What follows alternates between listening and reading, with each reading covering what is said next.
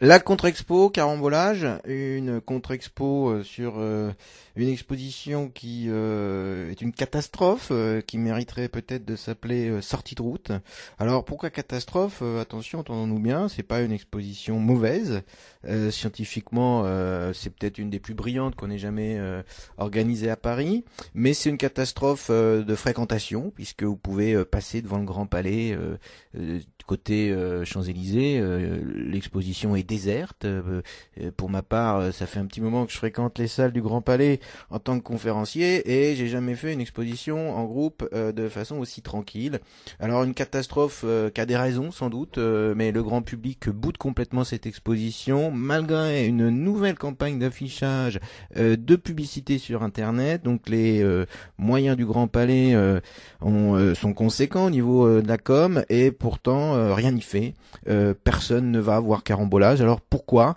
Parce que peut-être qu'on n'a pas compris l'exposition ou surtout peut-être que on a tout fait pour ça, pour que le public finalement ne soit pas présent. Alors je vais commencer, c'est une contre-expo un peu particulière, je vais commencer avec une fortune critique. Vous allez voir des œuvres présentées dans l'exposition. J'ai pris une série de photos puisque on a le droit de prendre des photos, ça c'est une très bonne chose.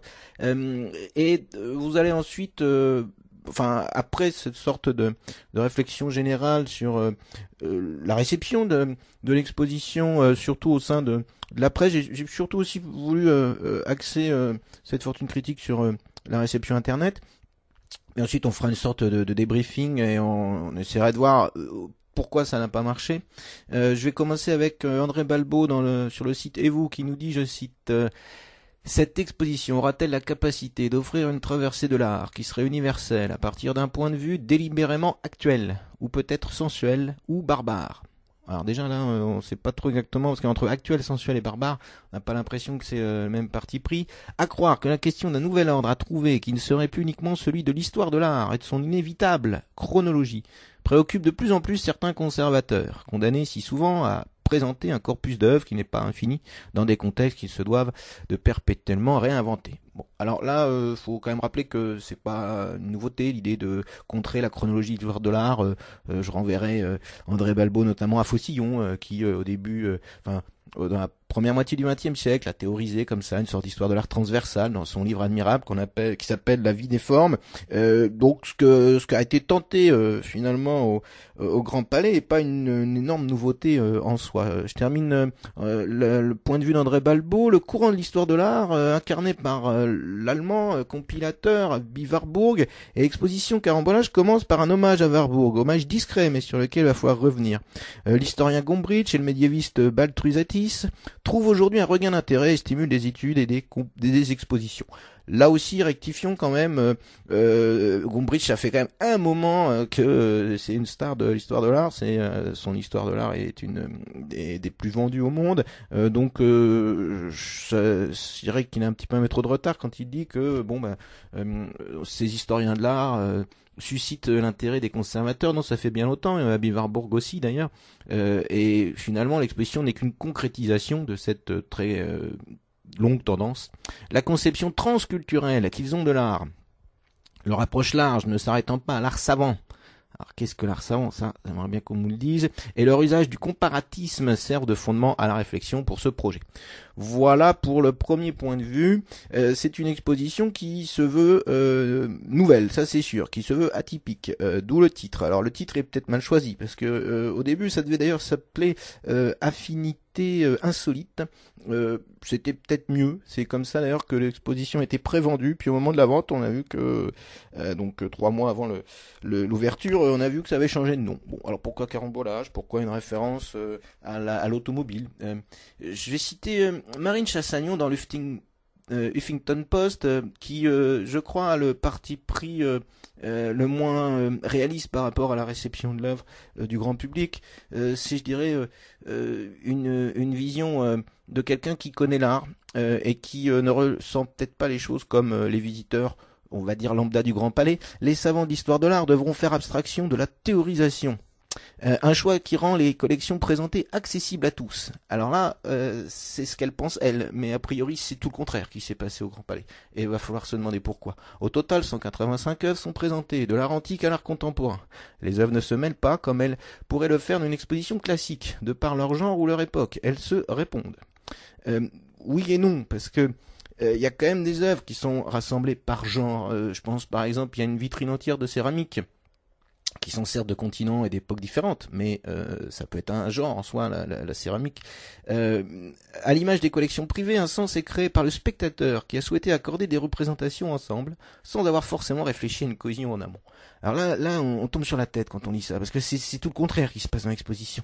Y a pas de sens créé par le spectateur, parce que le sens est imposé. Et d'ailleurs, si vous faites l'exposition comme moi je l'avais fait la première fois, de gauche à droite tout le temps, ou de droite à gauche, ben vous êtes complètement perdu, parce qu'en fait, il y a un zigzag, et il y a des flèches. C'est un parcours fléché, ce qui est unique. Non, c'est la première fois que moi je vois une exposition, en tout cas en Grand Palais, où finalement vous pouvez pas faire un parcours personnel.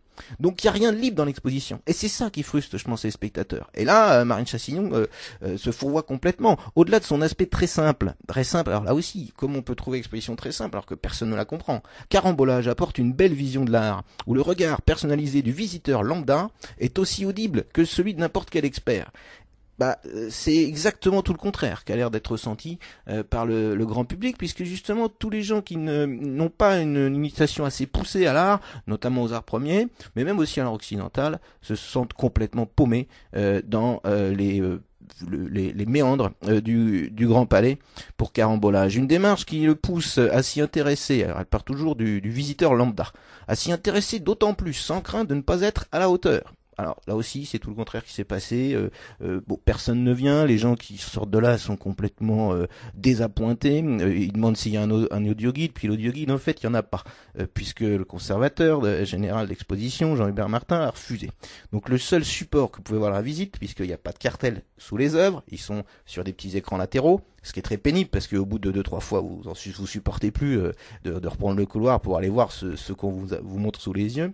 Il y a en fait une application de téléphone pour les téléphones et cette application vous diffuse de la musique. C'est-à-dire qu'il y a des extraits musicaux, des bruits, des choses comme ça, mais il n'y a aucun audio guide et c'est donc le conservateur Jean-Hubert Martin qui a refusé.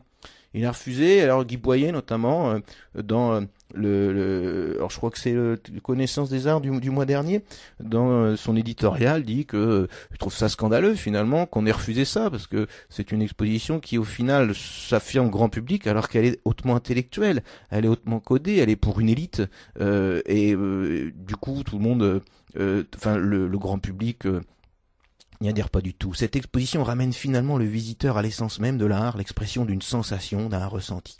Ressenti que Marine Chassignon est peut-être la seule à avoir ressenti justement, puisque c'est ça qui pose vraiment problème, c'est que on a affaire à quelque chose qui se revendique assez universel. C'est vrai que Jean-Hubert Martin, qui a longtemps dirigé le Centre Pompidou, qui est en fin de carrière, qui est sans doute un des conservateurs les plus brillants de la France de ces dernières années, un des plus audacieux aussi, voulait faire quelque chose de nouveau. Alors il voulait casser un peu l'histoire culturelle, et en cela il s'est inspiré de Warburg, mais il faut revenir sur ce point-là. Pourquoi Warburg? Alors justement l'exposition commence avec une grande sorte de grande ville en bois, qui représente Mnémosyne, la déesse de la mémoire, mais qui est en fait un hommage à l'Atlas Mnemosyne qu'a créé Aby Warburg, cet historien de l'art allemand que personne ne connaît en grand public, faut bien être honnête. Même certains historiens de l'art connaissent assez peu Warburg. Moi, pour être honnête, je l'ai découvert très très tard. C'est pas une lecture très sollicitée, même si bon, évidemment, il y a quand même quelques aficionados au sein de l'université, au sein du monde de la conservation, qui vous poussent à lire Warburg. En gros, Warburg, c'est une sorte de mélange entre Freud, Lévi-Strauss et puis les historiens de l'art plus traditionnels. Il a abandonné l'héritage de la banque paternelle, une des plus grandes banques d'Allemagne. Son père était un riche banquier juif de Hambourg, et il a demandé, enfin, il a légué finalement, il a laissé l'héritage à son frère et il a demandé à son frère de s'engager à lui offrir tous les livres dont il aurait besoin, ce qui va quand même finir par constituer une immense bibliothèque de 80 000 ouvrages. On comprend que cette famille, quand on lit leur biographie, alors c'est Attali notamment qui a fait une biographie sur la famille, et puis il y a la grosse biographie de Gombrich qui lui est consacrée. Eh bien, on comprend que c'est quelqu'un d'atypique, c'est vrai, que la famille a voulu finalement un peu se dédouaner de son immense fortune par une sorte de mécénat culturel. Et puis surtout, Warburg va être marqué par un voyage aux États-Unis.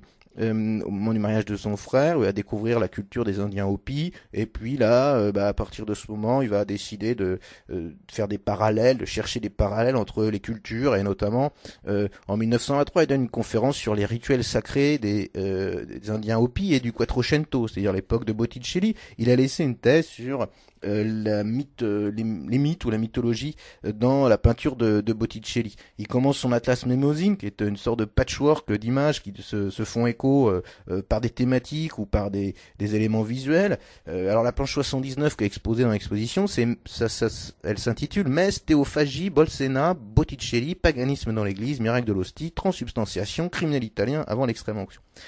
Bon, déjà ça c'est pas très grand public, tout le monde sait pas ce qu'est la messe de Bolsène de Raphaël. Bon, Botticelli on le connaît, mais enfin transsubstantiation, tous ces éléments religieux, c'est fascinant Warburg, c'est sûr, mais c'est fascinant quand on a eu un balayage culturel considérable derrière soi, où là on se dit oui finalement c'est quelqu'un qui propose une autre vision. Et ce qui est pas clairement dit, parce que c'est un petit symbole dans l'exposition. Alors du coup il y a donc cette grande structure de Mnemosyne qui fait écho au trou de la mémoire, à tout l'univers finalement de Wolflin, de Warburg. Et puis il y a cette petite boîte qui reprend des œuvres de l'exposition en miniature, qui est placée à côté de l'Atlas Mnemosyne. Et c'est vrai que là, quand on est averti, quand on connaît un peu Warburg, on comprend dans quelle place ça s'inscrit, dans quel héritage. Il y a d'ailleurs le seul cartel de l'exposition, il est sur le premier mur, il est à côté de l'œuvre de Warburg. Il y a juste après un petit détail des personnages du jeu d'échecs de Maurizio Catalan qui est à l'étage, mais il y a rien, il y a aucune précision. Bon, ça a été voulu et c'est ce qui est le plus déconcertant. Et c'est sûr que l'exposition a eu une assez bonne réception critique. Quelques exemples encore, Sortir à Paris nous dit 180 œuvres choisies allant des œuvres mésopotamiennes aux œuvres des plus grands artistes contemporains du XXIe siècle, tandis que les amateurs d'art y trouveront une nouvelle approche qui fait son chemin dans les institutions. Alors on sent vraiment communiqué qui copie ce qu'on nous dit dans le dossier de presse, aucun sens critique là-dedans, donc c'est pas très intéressant, mais je vais juste quand même vous lire le commentaire d'un visiteur sur TripAdvisor. Très décevant, une suite d'œuvres secondaires sans grand intérêt, aucun effort de présentation ou pédagogie, pas d'audio guide, une application qui vous fait entendre, après plus de 15 minutes de téléchargement, des bruits divers. Des tablettes sont censées vous donner des informations mais ne sont pas à proximité des œuvres, donc vous devez faire l'essuie-glace en espérant voir quelque chose car tout le monde s'agglutine autour de tablettes minuscules. Là, faut préciser que comme il n'y a personne en exposition, on est totalement libre de pouvoir voir les cartels sur ces iPads qui font défiler à la fois l'image de l'œuvre et puis sa notice en indication dessus. On en sort déçu et frustré, sentiment partagé par de nombreuses personnes à la sortie, nous dit ce visiteur. Et c'est ça le sentiment général et c'est ce qui explique que l'exposition est un flop considérable, il faut bien le dire. Alors on va essayer de refaire l'expo, on va rentrer dans la logique de la contre-expo ensemble, je vais reprendre donc quelques images. Alors puisque on est amené à décortiquer un petit peu tout ça, j'ai fait un petit peu un carambolage à moi. C'est-à-dire que c'est ce qui est proposé après. Il y a notamment des applications informatiques qui vous proposent de faire vous-même votre cheminement, de continuer un peu le parcours, puisque donc l'idée même de l'exposition, ça a été souvent dit dans les critiques, c'est un peu le jeu marabout, bouffe ficelle, selle de cheval, c'est-à-dire que chaque œuvre s'enchaîne après l'autre. Il y a un lien entre chaque œuvre, entre les 185 œuvres, il est thématique, il est visuel, bon, tout ce que vous voulez, mais après il faut le chercher. Alors ça c'est parfois visible ou pas, c'est criant sur certains éléments, je vais prendre des exemples tout à l'heure, mais c'est pas toujours le même système, c'est-à-dire que ça peut être des affinités formelles, donc ça peut être des couleurs par exemple, dans de tableaux qui s'enchaînent, ou ça peut être des thèmes. Alors là, par exemple, puisque on va rentrer dans la contre-expo en elle-même, moi je me suis amusé à faire un peu dans l'esprit de carambolage, vous voyez, une association entre trois sujets qui sont les mêmes, c'est-à-dire des opérations. Alors si on enlève les légendes, on est un peu paumé. C'est pas évident que le tableau de droite est au milieu chronologiquement des deux tableaux, enfin du tableau de gauche et du tableau central. Et du coup, quand on met les légendes, on découvre que voilà, à l'époque de Rembrandt, qui est le premier à traiter ce thème, on a eu un intérêt pour la chirurgie comme une sorte de thématique, ce qui est assez novateur pour l'époque et qu'on le traite avec un réalisme acéré, vous le voyez notamment dans les muscles ou l'expression du cadavre. On retrouve ça à droite avec Thomas Hickins, un réaliste américain contemporain de Manet et des impressionnistes, qui a d'ailleurs fait une partie de sa carrière en France, avec un tableau qui est dans un centre médical à Philadelphie. C'est la clinique Dr Gross qui est représentée ici, 1875, et puis Chad au centre, qui fait partie de la nouvelle objectivité, qui représente ici une opération en 1929. Le tableau est dans un musée de munichois.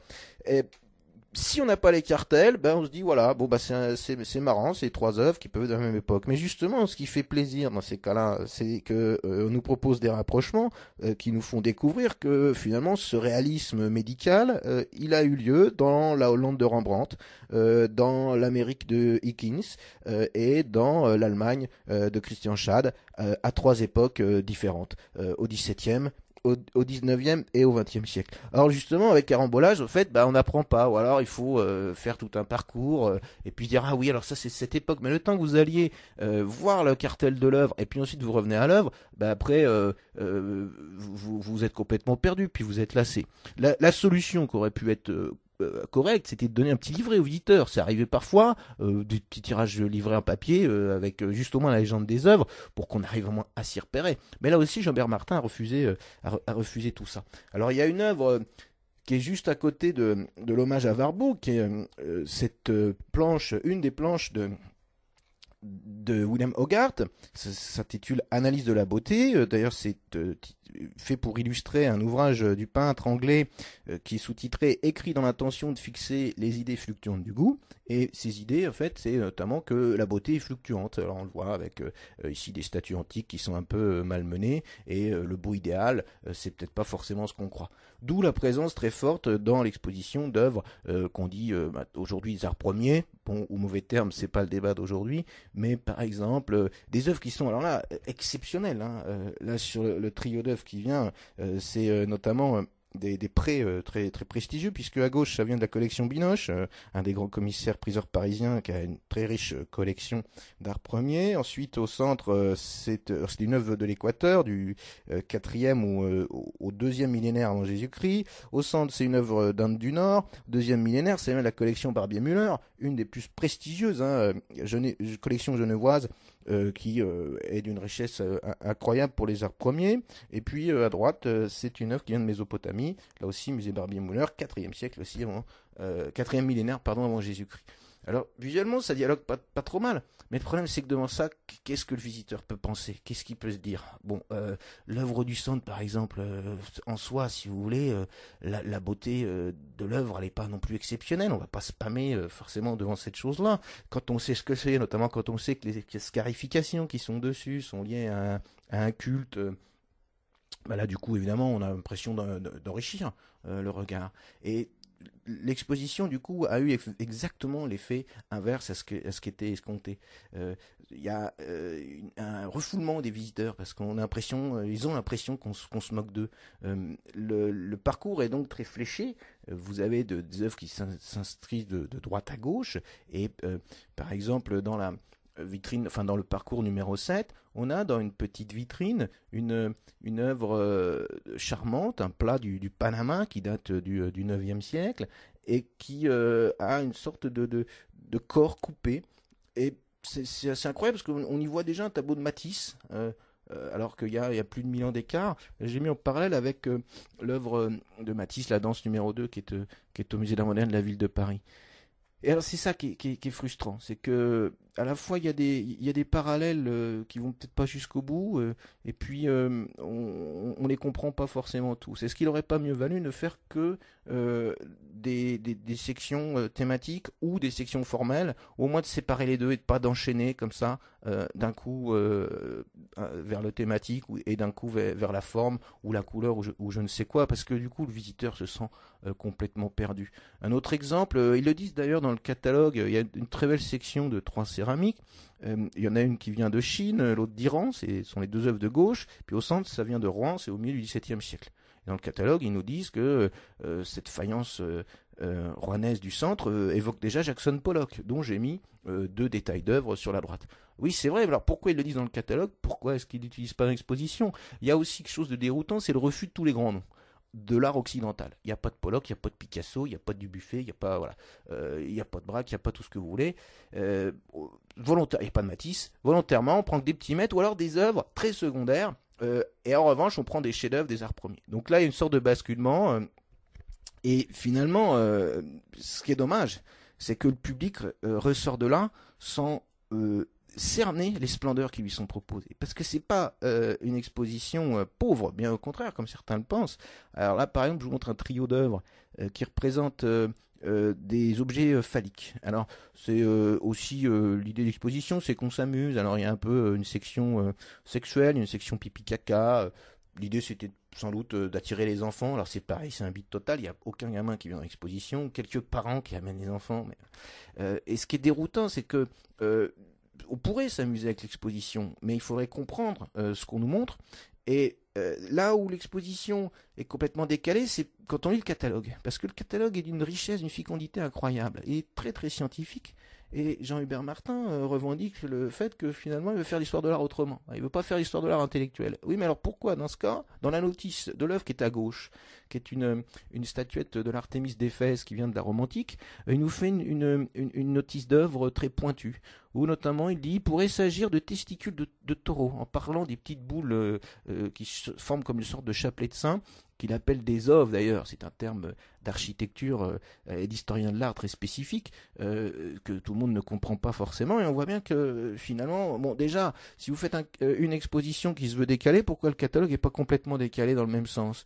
Pourquoi le texte plus exactement du catalogue? Parce que le catalogue en lui-même il est assez drôle, les images forment une sorte d'accordéon, mais quand vous lisez le texte c'est pétri d'érudition, et d'ailleurs c'est très intéressant, et là une fois qu'on a le catalogue, on découvre plein de choses et c'est merveilleux. Mais le problème, c'est que le catalogue, il faut l'acheter pour faire l'exposition, et c'est au moins 45 ou 50 euros. Et donc là, on n'est plus du tout dans la vocation du grand public. C'est ça tout le problème. Alors je dis catalogue, donc en parlant de ces œuvres, comme dit Jean-Hubert Martin, il pourrait s'agir de testicules de taureau dont la déesse appréciait la compagnie, sans qu'on sache si leur présence aurait été liée à un rituel de castration. On a également envisagé des testicules humains, car le Mégabise, grand prêtre d'Artémis, était un eunuque, mais là aussi sans qu'on puisse se référer à un quelconque rite de castration. Et donc c'est Jean-Hubert Martin qui écrit cette notice. Moi je ne savais pas du tout cette ambiguïté, j'avais cru comme longtemps comme tout le monde en travaillant sur l'art antique et en m'intéressant à lui, parce que l'Artémis d'Éphèse est très connue, c'est une sculpture gigantesque qui a disparu, et le temple d'Éphèse était une des 7 merveilles du monde. Moi j'avais cru que c'était des saints, bon, non, et l'interprétation est très très intéressante. À côté c'est un soufflet de forge gabonais du XVIe siècle, et à droite c'est une poupée de fertilité du Mozambique, on est au XIXe. Alors là du coup il y a des éléments phalliques, et puis alors l'œuvre de gauche est assez subtile, parce que elle vous fait passer des testicules au sein, à 2 coupes de sein. Et évidemment, c'est l'ambiguïté d'interprétation qui permet ça. Mais ça, c'est dit nulle part, sauf dans le catalogue. Donc si vous n'avez pas le catalogue, vous pouvez pas faire le jalon manquant. C'est impossible. Donc en fait, si vous voulez, le jeu, il est réservé soit au commissaire lui-même. Il y a quelque chose de très personnel dans tout ça, ou alors il est réservé à ceux qui peuvent acheter le catalogue. Et ça, c'est pas du tout dans l'esprit du grand public, une sorte de démocratisation de l'art, quelque chose qui se voudrait plus généraliste.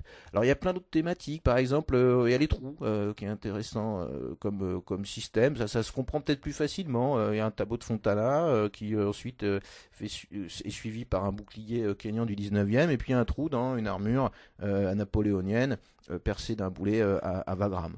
Là, pourquoi pas, c'est un élément comme un autre, mais il y a des choses qu'on ne devine pas. Par exemple, que le Christ que je vous montre maintenant a une érection sur le périsonium. Ça, on le découvre que quand on lit le catalogue, parce que ça saute quand même pas aux yeux. Et là aussi, on apprend une chose assez fascinante, qu'il y a une tradition comme ça de représenter le Christ en érection dans l'Allemagne de la fin du XVe siècle, je crois. Mais comment peut-on voir ça? Vous voyez, si on n'a pas les clés. Euh, Là où l'exposition est la moins absconse, c'est finalement dans ses rapprochements formels. Il y a par exemple toute une série d'œuvres longilignes. Avec ici, je vous montre ces exemples, avec des œuvres africaines à gauche, 19e, 20e siècle, et puis une œuvre étrusque à droite, qui ensuite est enchaînée par un Giacometti, le chat Giacometti, et ainsi de suite.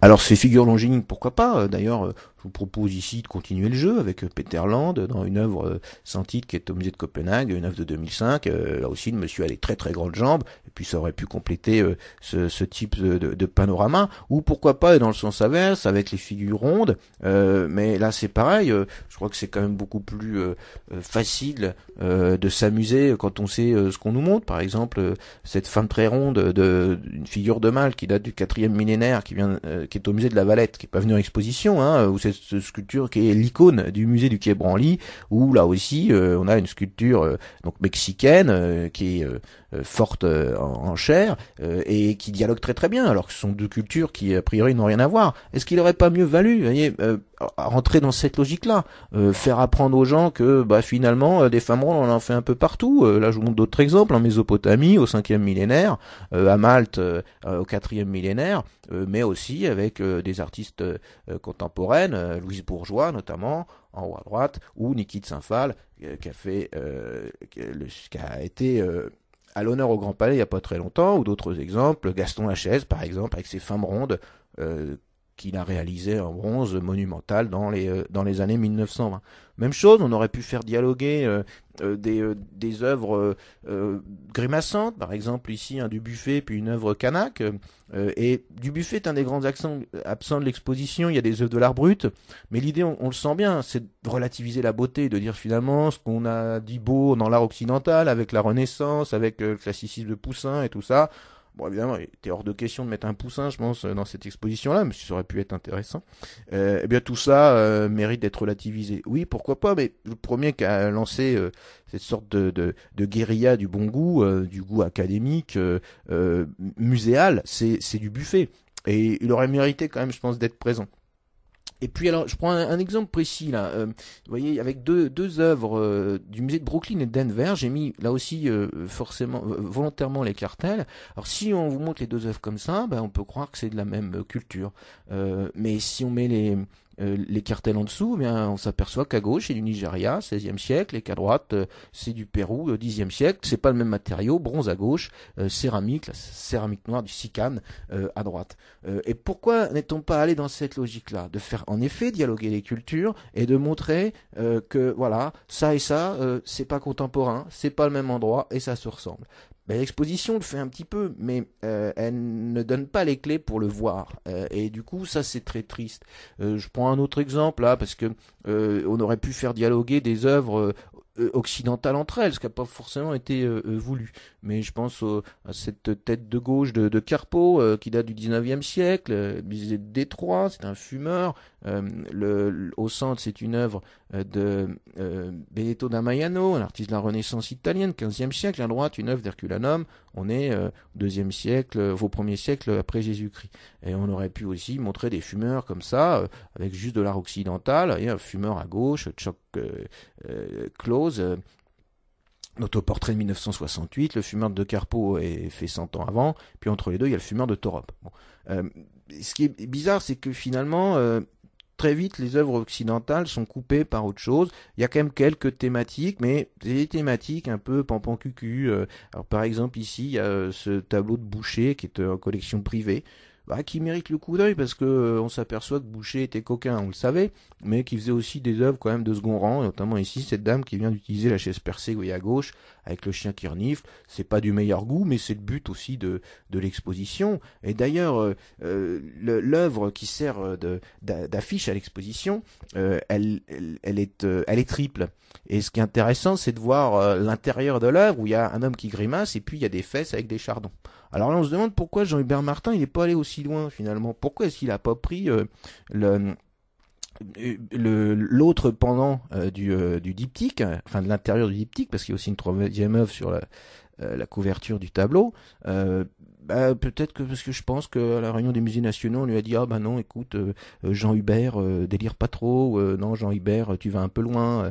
Et c'est là où finalement ce qui est atterrant, c'est que on sent que Jean Hubert Martin, c'est quelqu'un qui dit voilà, on va vous proposer quelque chose de nouveau, on va abolir les normes, on va faire la nouvelle histoire de l'art pour tout le monde. Et puis au final, c'est quelqu'un de très suffisant, c'est quelqu'un qui sort de son monde. Et moi, la comparaison qui me vient, c'est un peu celle des grands énarques qui pourrissent un peu la vie politique par leur manque de vérité par rapport à la vie, par rapport au monde qui les entoure. L'impression que Jean-Hubert Martin, il est dans son monde et il ne connaît pas la clientèle du Grand Palais. Et il y a un décalage terrible, et c'est ça qui est atterrant, c'est qu'il y a un décalage terrible entre l'énorme érudition qu'il a et la façon dont il veut la faire passer. On retrouve ça d'ailleurs dans, par exemple, pour bien connaître l'institution où j'ai travaillé jadis, on retrouve ça dans beaucoup de gens qui font les cours du soir de l'école du Louvre, qui sont des conservateurs, et on sent, pour avoir discuté beaucoup avec les auditeurs de l'école du Louvre, qu'ils sont parfois déçus, parce que c'est des gens qui ont un savoir immense, mais qui savent pas le diffuser. Or, c'est quoi une bonne exposition? C'est une exposition dont on ressort content parce qu'on a appris des trucs, et pas parce qu'on vient voir des choses qu'on comprend pas.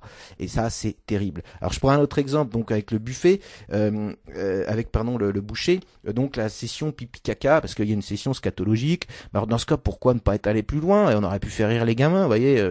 S'il y a le pisseur de Rembrandt, fallait mettre à côté le pisseur de Dubuffet, un des deux que je vous présente ici. S'il y a la pisseuse de Rembrandt, eh bien fallait mettre la pisseuse de Picasso juste à côté. Le prêt aurait pas été refusé par Centre Pompidou, même si, à ce que j'ai lu, il y a des institutions qui ont refusé des prêts. Donc bon, est-ce que Pompidou s'est vengé de son ancien conservateur? Ça m'étonne. Mais vous voyez, on aurait compris là le lien. Mais le problème, c'est qu'après la pisseuse de Rembrandt, on a une sorte de caca en gravure par Piranèse, graveur italien du 18e siècle, et puis ensuite il y a cette œuvre, qui est peut-être pas le chef-d'œuvre de l'exposition, et d'ailleurs les œuvres d'art contemporain font tiquer, hein, elles interpellent. On se donnera par exemple qu'il y ait deux œuvres de Wim Delvoye, qui est le seul artiste représenté doublement dans l'exposition. Enfin, avec Bertrand Lavier. Alors pourquoi? Est-ce qu'il est très apprécié par Jean-Hubert Martin? C'est possible, mais là ça me rappelle un peu la contre-expo du musée, ce qu'on avait dit que pour la contre-expo de masculin que je vais bientôt remettre en ligne. Hein, il y a une sorte de décalage, c'est-à-dire qu'il se fait plaisir. Alors par exemple, il met là la mère d'humanité d'Olivier Blancard. Bon, voilà, alors c'est sans commentaire. Pourquoi ça plutôt qu'autre chose? Et puis alors, il y a des très belles œuvres, même dans l'art occidental. J'ai lu qu'on nous dit oui, mais alors c'est des sous-œuvres, ainsi de suite. Non, c'est pas vrai. Regardez ce superbe tableau de Rigaud qui est en collection privée, qui est rarement présenté. Enfin moi, j'avais jamais vu cette toile. Elle a été prêtée. Et c'est une superbe étude de main. Donc il y a pas des croûtes, il y a pas que des croûtes pour l'art occidental. C'est vrai qu'il y a des tableaux de troisième ordre, mais qui sont très intéressants. Je pense notamment à un petit portrait de Voltaire qui en soit très laid, mais qui est historiquement une petite merveille puisque c'est fait par un certain Hubert Voltaire. Bon, je passe là-dessus, mais pourquoi dans ce cas c'est même pas avoir été plus loin plutôt que déjà les mettre avec l'œuvre tibétaine comme ça a été fait dans l'exposition? Pourquoi pas? Mais alors, dans ce cas, pour pas faire compléter toute une série d'œuvres et faire traverser les siècles et par exemple de Hyacinthe Rigaud au XVIIe siècle, vers 1700, passer à Édouard Munch avec ses mains de 1895, ou pourquoi pas faire une série de mains avec Goltzius du XVIe siècle, Egon Schiele du début du XXe et Hans Bellmer de l'entre-deux-guerres. Des études de mains, là on aurait compris, on s'est dit ah oui voilà, et puis après on aurait vu ah ouais à travers les siècles, on aurait pu comparer aussi les choses. Et finalement, ce qui est terrible, c'est que enseigner l'art de façon assez accessible, c'est peut-être comparer, et on compare rien dans l'exposition. Donc voilà, il ressort de ça un immense gâchis finalement. Il ressort de cela l'idée que c'est une œuvre pétrie d'érudition, parce que Jean-Hubert Martin connaît admirablement les musées français, les musées internationaux, et il y a des très beaux prix dans l'exposition, il y a des découvertes merveilleuses. Quand on sait ce qu'on voit, je pense notamment les œuvres du musée Guimet et ainsi de suite.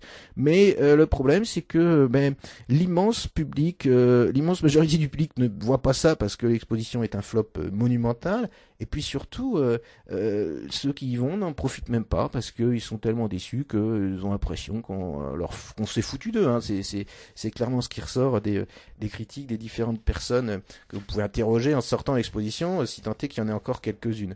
Alors, il faudra aussi s'interroger sur la responsabilité du conservateur parce que quand on fait un flop économique de ce type, ça soit dans une entreprise ou je sais pas moi dans une équipe sportive, généralement on vous vire. Bon Jean-Hubert Martin on peut pas le virer puisque on lui a offert cette exposition pour sa retraite en quelque sorte. Et encore une fois, c'est vraiment dommage parce que pourquoi s'est-il entêté à faire quelque chose d'un peu snob? C'est un peu l'interprétation que proposait Guy Boyer. Et moi, je le rejoins plus ou moins dans cette idée-là.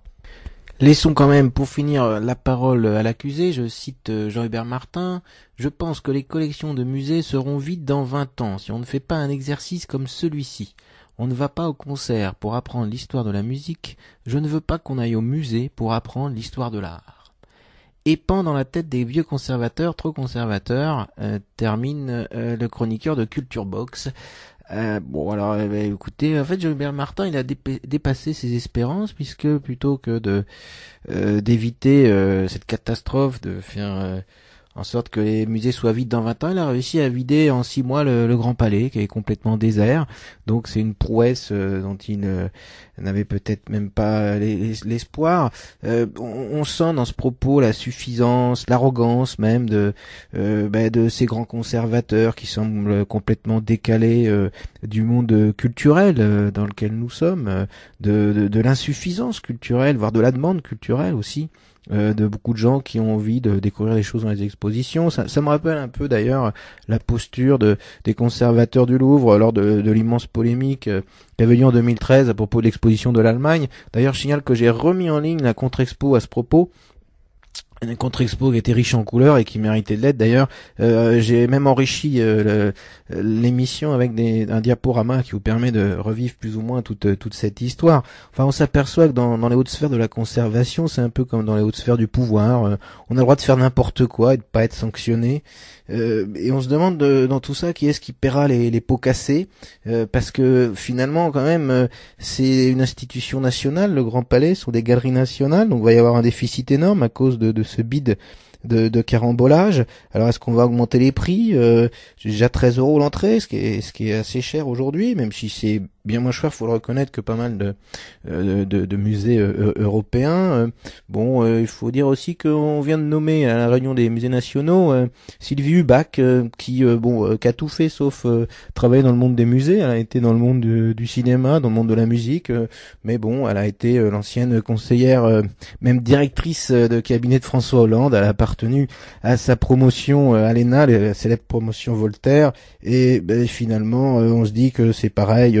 Quand on est un ancien de l'ENA, on est placé à la tête des musées nationaux, et quand on a fait l'école du patrimoine, qui est un peu l'ENA de la conservation, on est un peu décalé de peut-être ce qu'il faudrait faire, c'est-à-dire qu'on est formé intellectuellement, techniquement, mais pas humainement, pas pratiquement. Les gens veulent voir dans une exposition des choses dans lesquelles peut-être ils se reconnaissent, mais en tout cas ils ont envie d'apprendre. Le public n'est pas mûr pour l'exposition incroyablement intellectuelle au final que voulait proposer Jean-Hubert Martin. Je termine avec Télérama, qui est comme à son habitude a une critique assez atterrante. On est dans un journal qui se fait semblant d'être culturel, mais alors je cite, comme on dit à Télérama, il y a du pour et du contre dans ce jeu de cadavres pas toujours exquis. On appréciera le super jeu de mots, bien que les œuvres soient superbes. Aiguisez l'œil, elles ne sont pas toutes, je l'ai signalé quand même. Aiguisez l'œil avec ce qui n'a plus l'habitude de regarder, se révèle un exercice jubilatoire, tout comme réprimer son envie d'avoir des informations. Alors évidemment, il y a peut-être un côté sadien ici que cette chroniqueur, je ne sais même pas si c'est une femme ou un homme qui a chroniqué, mais comme souvent, la critique d'exposition à Télérama et à Terrence, c'est une sorte d'exercice de style. Il y a aucune critique de fond. Et puis on s'en aperçoit d'ailleurs, parce que je vous ai cité pas mal de choses, mais on a l'impression que on peut pas critiquer le Grand Palais.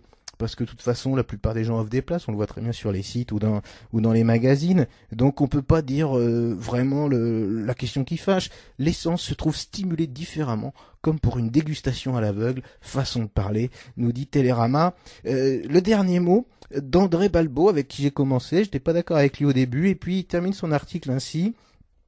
Le dernier mot de ces contorsions ou fulgurances spectaculaires demeurera au public et au nombre d'entrées obtenues par l'exposition. Ils signifieront le talent et la pédagogie qui auront été apportés à un tel concept. Réponse attendue, assez difficilement prévisible.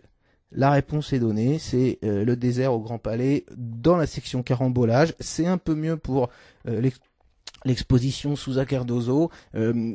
Si d'ailleurs vous voulez vous faire plaisir, voir une exposition enthousiasmante, eh bien allez découvrir cet artiste. Là on fait des découvertes, là on apprend des choses. Sousa Cardozo était un Portugais du début du XXe siècle, emporté trop tôt, et c'est osé d'ailleurs d'avoir fait une rétrospective sur ce peintre, et l'exposition mérite vraiment d'être vue.